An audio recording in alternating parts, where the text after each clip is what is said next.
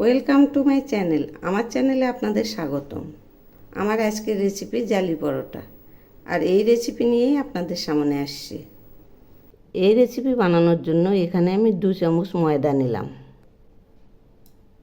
আর নিচ্ছি 2 চামচ চালের গুঁড়ো। এখন আমি নিচ্ছি হাফ চামচ কর্নফ্লাওয়ার, সেই সঙ্গে নিচ্ছি টিস্পুনের 1/4 চিনি। এবার আমি নিচ্ছি 1 চিমটি লবণ, আর নিচ্ছি সামান্য একটু চাট মশলার গুঁড়ো। এখন আমি নিচ্ছি সামান্য একটু গোলমরিচ গুঁড়ো, নিচ্ছি অল্প পরিমাণ ম্যাগি মশলার গুঁড়ো, আর নিচ্ছি সামান্য একটু লঙ্কার গুঁড়ো। এর সঙ্গে নিচ্ছি টিস্পুনের 1/4 অ্যারারুট। এবার আমি একটা ডিম এইভাবে ফেটিয়ে নিয়েছি, এই ডিমটা দিয়ে দিলাম। এখন আমি এগুলি গুলিয়ে নিচ্ছি এভাবে। এর মধ্যে অল্প অল্প জল দেবো আর মাখবো। এবার আমি এগুলি গুলিয়ে নিচ্ছি এইভাবে, আর একটু জল লাগতে পারে। এভাবে আমি অনেকটা সময় ধরে ফেটাবো,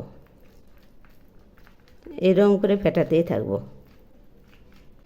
এই যে দেখুন ফেটানো হয়ে গেছে, এই যে এইরকম হয়েছে, এর মধ্যে আর জল লাগবে না, এরকমই হবে। তো বন্ধুরা, আমার রেসিপি যদি আপনাদের ভালো লেগে থাকে তাহলে সাবস্ক্রাইব করে আমার পাশে থাকবেন। এখন এগুলি আমি সরিয়ে নিচ্ছি। এখন আমি একটা মোম ধরিয়েছি, এর মধ্যে এই লোহার শিকটা গরম করে নিচ্ছি। এবার আমি এই গরম শিকটা দিয়ে এই বোতলের মুখটা ফুটো করে নেব। এই যে এইরকম করে, এই যে দুটো হলো, 3টে ফুটো করে নিলাম। এই যে এইরকম, এই যে দেখুন এইরকম হয়েছে। এবার আমি এই বোতলের মুখে একটা কুপি নিলাম, এই যে দেখুন, এর মধ্যে এই ব্যাটারটা ঢেলে দিলাম। কুপিটা সরিয়ে নিচ্ছি, আর এর মুখটা আটকে দিলাম। এই যে এইরকম হয়েছে। এখন আমি প্যানে 2 ফোঁটা তেল নিয়েছি, এগুলি এখন বেগুন দিয়ে এইভাবে ছড়িয়ে দিচ্ছি। এই যে এইরকম করে, এই যে দেখুন বেগুনের গোড়া দিয়ে এইভাবে ছড়িয়ে দিলাম। এখন দেখুন ব্যাটারটা এইভাবে আমি ছড়িয়ে দিচ্ছি।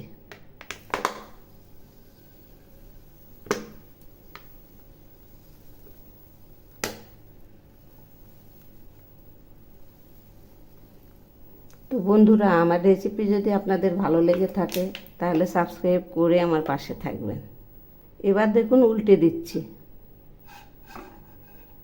এই যে এইরকম করে উল্টে দিলাম।